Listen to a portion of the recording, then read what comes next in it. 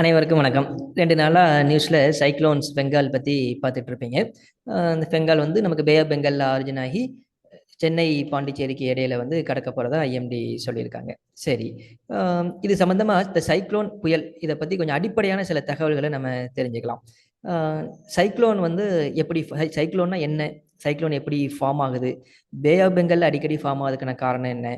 Bay of பெங்கால்ல form ஆகுற cyclone ஏன் வந்து இந்தியா பார்த்தே மூவ் ஆகி வருது? இந்த சைக்ளோன்ஸுக்கெல்லாம் எப்படி பேர் வைக்கிறாங்க? இந்த மாதிரி சில அடிப்படை தகவல்கள், பேசிக் ஃபேக்ட்ஸ் வந்து நம்ம தெரிஞ்சுக்கலாம். சரி, ஓகே. ஃபர்ஸ்ட்டு சைக்ளோன்னா என்ன? அப்படிங்கிறத தெரிஞ்சுக்கலாம். டிராபிக்கல் சைக்ளோன்னு சொல்லுவோம். அதாவது வெப்பமண்டல புயல். டிராபிக் ஆஃப் கேன்சர்லேருந்து டிராபிக் ஆஃப் கேப்ரிகானுக்குள்ள ஆரிஜின் ஆகிற புயல டிராபிக்கல் சைக்ளோன், வெப்பமண்டல புயல்னு சொல்லுவோம். சரி, இது ஃபர்ஸ்ட் ஆஃப் ஆல் இந்த சைக்ளோன் நவம்பர், டிசம்பர் மாதங்கள்ல அடிக்கடி ஃபார்ம் ஆகுறதுக்கான காரணம் என்ன அப்படிங்கிறத முதல்ல தெரிஞ்சுக்கலாம். இப்போ இந்தியா நம்ம பே ஆஃப் பெங்கால் எடுத்துக்கிட்டோம் அப்படின்னா, நான் இந்த இடத்துல உங்களுக்கு ட்ரா பண்ணுறேன்.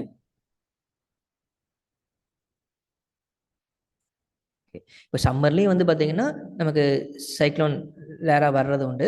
பட் ஃப்ரீக்வன்சி அதிகம் அப்படின்னு பார்த்தீங்கன்னா நமக்கு வின்டரில் வர்ற சைக்ளோன்ஸ் தான் அதிகம். சரி, இங்கே அந்தமான் நிக்கோபர் ஐலாண்ட், இங்கே மலேசியா, தாய்லாந்து, மியான்மர், இந்த பக்கம் இந்தியா, இந்த ரீஜியன்ஸ் இருக்குது. இங்கே ஸ்ரீலங்கா இருக்குது. சரி, ஒன்று கொஞ்சம் நிலத்தால் சூழப்பட்டு இருக்கிறதுனால வந்து பார்த்தீங்கன்னா இந்த மாதிரி ரீஜன்ஸில் தான் புயல் வந்து அடிக்கடி வரும். டைஃபூனாக இருக்கட்டும், ஹரிக்கேனாக இருக்கட்டும், எல்லாமே பார்த்தீங்கன்னா கொஞ்சம் லேண்ட் ஒரு பார்சியலாக என்க்ளோஸ்டாகவே இருக்கும். அந்த ரீஜன்ஸில் தான் வரும். ஏன்னா அங்கே தான் வந்து குயிக்காக டெம்பரேச்சர் இன்க்ரீஸ் ஆகும்.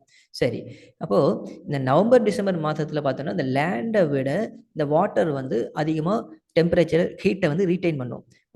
லேண்ட் என்ன பண்ணும்? குயிக்காக ஹீட் ஆகும், குயிக்காக கூல் ஆயிரும். வாட்டர் ஸ்லோவாக ஹீட் ஆகும், ஸ்லோவாக தான் கூலும் ஆகும். அந்த ரீட்டைனிங் கெப்பாசிட்டி அதுக்கு அதிகமாக இருக்கும், மெதுவாக லாஸ் பண்ணும்.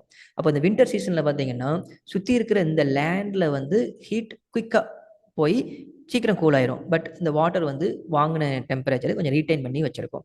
ஸோ அதனால் இந்த ரீஜியனில் நமக்கு ஈஸியாக லோ ப்ரெஷர் ஃபார்ம் ஆயிரும். ஸோ அதனால தான் வின்டர் சீசனில் சைக்ளோன்ஸுடைய ஃப்ரீக்வன்சி நமக்கு நவம்பர், டிசம்பர் மாதங்களில் வர்றது தான் அதிகமாக இருக்குது. இது ஒன்று. சரி, அப்போது அடுத்து சைக்ளோன்னா என்ன அப்படிங்கிறத தெரிஞ்சுக்கலாம். இப்போது சைக்ளோன் ஃபஸ்ட்டு நம்ம தமிழில் சொல்கிறப்ப சொல்லுவாங்க காற்றழுத்த தாழ்வு நிலை, காற்றழுத்த தாழ்வு மண்டலம், அப்புறம் புயல் அப்படின்னு சொல்லுவாங்க இல்லையா? இதெல்லாம் ஒவ்வொரு ஸ்டேஜ் பை ஸ்டேஜாக உருவாகிறது. ஃபஸ்ட்டு நான் இதை ஒரு கிராஸ் செக்ஷனல் வியூவில் உங்களுக்கு நான் வரைஞ்சி காமிக்கிறேன். இப்போ சி சர்ஃபேஸ், கடல் மட்டம் இந்த இடத்துல இருக்குது. இப்போ நான் சொன்ன மாதிரி ஒரு பர்டிகுலர் ரீஜியனில் ஹீட் அதிகமாகி லோ ப்ரெஷர் ஃபார்ம் ஆகுது, குறைந்த காற்றழுத்த தாழ்வு நிலை வந்து உருவாகுது.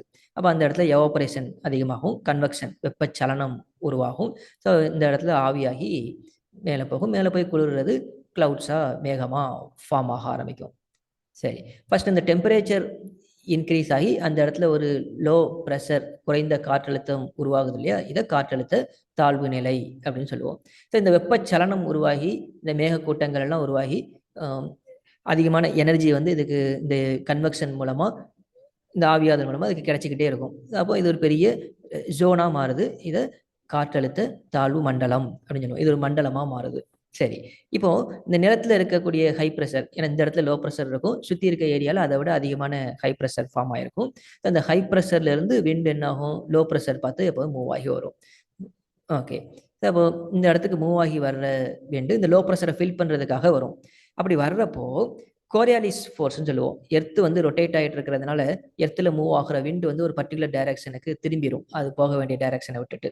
அப்போது இந்த நார்தன் ஹெமிஸ்பியரில் வந்து பார்த்தீங்கன்னா வட அரைக்கோளத்தில் பார்த்தீங்கன்னா விண்டு ரைட் சைடில் டிஃப்ளெக்ட் ஆகும். அது போக வேண்டிய டைரக்ஷன் இது அப்படின்னா அதனுடைய ரைட் சைடுக்கு டிஃப்ளெக்ட் ஆயிரும்.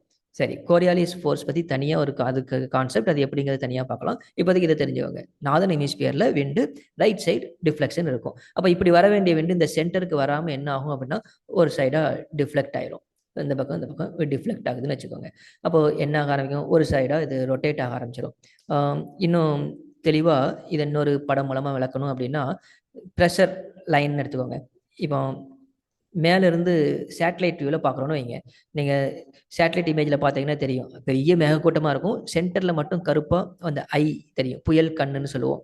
ஓகே, இந்த லோ ப்ரெஷர் சுற்றி ஹை ப்ரெஷர் இப்படி ஃபார்ம் ஆகிருக்கும்.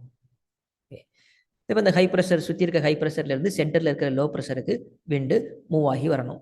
இப்படி மூவ் ஆகி வரணும். எதுக்கு? இந்த இடத்துல இங்கே மூவ் ஆகி வரணும். இப்போ 4 பக்கமும் வந்து மூவ் ஆகி வர்ற விண்டு இப்படி வர வேண்டி இருக்குதுன்னு வச்சுப்போம். இப்போ ரைட் சைடில் டிஃப்ளெக்ட் ஆகுது அப்படிங்கிறப்போ இந்த டைரக்ஷனில் வர்றதுக்கு ரைட் சைட்னா இது இந்த பக்கம் டிஃப்ளெக்ட் ஆகும், இது இந்த பக்கம் டிஃப்ளெக்ட் ஆகும், இது இந்த பக்கம் டிஃப்ளெக்ட் ஆகும், இது இந்த பக்கம் டிஃப்ளெக்ட் ஆகும் கோரியாலிஸ் ஃபோர்ஸால். அப்போ இந்த டிஃப்ளெக்ஷன் கண்டினியூஸாக நடக்கிறப்ப என்ன ஆக ஆரம்பிக்கும்னா கொஞ்சம் கொஞ்சமாக இது சுத்த ஆரம்பிச்சிடும். அப்படி சுத்த என்ன ஆகுது? இது ஒரு புயலாக மாறுது. அப்போ இந்த காற்றழுத்த தாழ்வு மண்டலமானது ஒரு சைக்ளோனாக ஃபார்ம் ஆக ஆரம்பிக்கும். சரியா? சரி, இப்போ இந்த சைக்ளோனா ஃபார்ம் ஆக ஆரம்பிக்கிறது ஒரு பர்டிகுலர் டைரக்ஷனில் வந்து மூவ் ஆக ஆரம்பிக்கும். சரி, ஏன் வந்து பே ஆஃப் பெங்கால் ஆரிஜின் ஆகிற இந்த சைக்ளோன்ஸ் எல்லாமே வந்து இந்தியா பார்த்தே மூவ் ஆகி வருது அப்படின்னு பார்த்தீங்கன்னா, இங்கே நமக்கு இருக்கக்கூடிய பிளானட்டரி விண்டு, கோள் காற்றுன்னு சொல்லுவோம் தமிழில், அது வந்து ட்ரேடு விண்டு, வியாபார காற்று. இந்த வியாபார காற்றுடைய டைரக்ஷன் ஈஸ்ட்ல இருந்து வெஸ்ட்டாக மூவ் ஆகி வரும், கிழக்குல இருந்து மேற்கு நோக்கி மூவ் ஆகி வரும். அப்போது இந்த இடத்துல ஒரு சைக்ளோன் நமக்கு ஃபார்ம் ஆகிருக்குது அப்படின்னா, இந்த ட்ரேடு விண்டு வியாபார காற்று இந்த மண்டலத்தை சைக்ளோனை வெஸ்ட்டு பார்த்து புஷ் பண்ணி விடும். அப்போ இதனுடைய டைரக்ஷன் பார்த்தீங்கன்னா இந்த டைரக்ஷனில் தான் மூவ் ஆகி வரும். இப்போ நமக்கு பெங்கால் மூவ் ஆகிறது பார்த்தீங்கன்னா நமக்கு south west Bay of Bengal, தென்மேற்கு பே ஆஃப் பெங்கால்லேருந்து ஸ்ரீலங்காவை, நார்தன் ஸ்ரீலங்காவை கிராஸ் பண்ணி பாண்டிச்சேரி சென்னைக்கு இடையில கடக்க போகிறதா சொல்லியிருக்காங்க. ஸோ இந்த இடத்துக்கு வந்து சேரும். அதனால தான் புயல் இங்கே ஆரிஜின் ஆகிறது பெரும்பாலும் இந்த டைரக்ஷன், நமக்கு தமிழ்நாடு, ஆந்திரா, ஒடிசா, வெஸ்ட் பெங்கால் இந்த ரீஜியன் பார்த்தே மூவ் ஆகி வருது. இதுதான் காரணம். இந்த சைக்ளோனில் மழை இவ்வளோ கிடைக்குதே அப்படின்னு பார்த்தோம்னா, சைக்ளோனை ரொம்ப சின்ன விஷயமா நம்ம கற்பனை பண்ணிடக்கூடாது. நான் அந்த கிராஸ் செக்ஷனல் வியூ உங்களுக்கு வரைஞ்சி காமிச்சேன் இல்லையா? அதுபடி பார்த்தீங்க அப்படின்னா, ஐ ஆஃப் த சைக்ளோன், அந்த புயல் கண்ணுன்னு சொல்கிறோம்ல, இப்போ இந்த இடத்துல ஆவியாகி சென்டரில் ஒரு க்ளவுடு ஃபார்ம் ஆகி காற்றழுத்த தாழ்வு மண்டலமாக உருவாகி புயலாக மாறுது. இங்கெல்லாம் இந்த மேகக்கூட்டங்கள் ஃபார்ம் ஆகி கண்டென்ஸ் ஆகி மழை பெய்ய ஆரம்பிச்சிடும். கடல்லே மழை பெஞ்சிட்டு இருக்கும், அதோடு சேர்ந்து தான் மழையோட கரையை பார்த்து நகர்ந்து வரும்.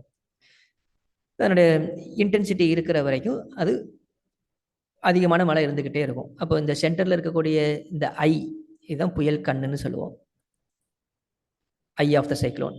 இந்த ஐ ஆஃப் த சைக்ளோன் பார்த்தீங்கன்னா ஒரு சின்ன புயல்லேருந்து பெரிய புயல் கம்பேர் பண்ணிங்கன்னா குறைஞ்சபட்சம் 20லேருந்து 40 கிலோமீட்டர் வரைக்கும் இதனுடைய டிஸ்டன்ஸ் இருக்கும், புயல் கண் மட்டுமே.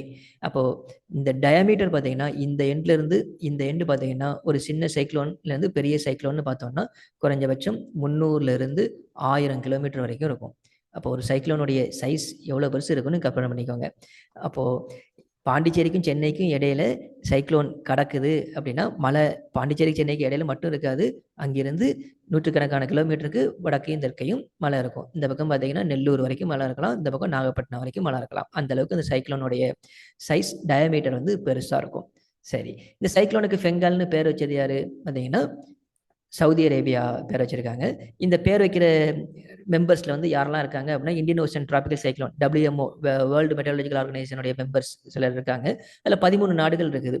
India, Sri Lanka, Maldives, Pakistan, Bangladesh, Myanmar, Thailand, Oman, Iran, Qatar, UAE, Yemen, Saudi Arabia, இந்த 13 நாடுகள் இருக்கிறாங்க.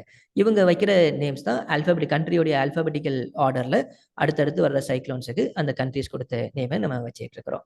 ஓகே, ஸோ இதெல்லாம் நம்ம சைக்ளோன்ஸில் பற்றி தெரிஞ்சிக்க வேண்டிய ரொம்ப பேசிக்கான அடிப்படையான தகவல்கள். உங்களுக்கு புவியியல் சார்ந்து வேறு எதுவும் தகவல் தெரியணும்னா கமெண்ட் பண்ணுங்கள் ஃப்ரெண்ட்ஸ். Thank you all.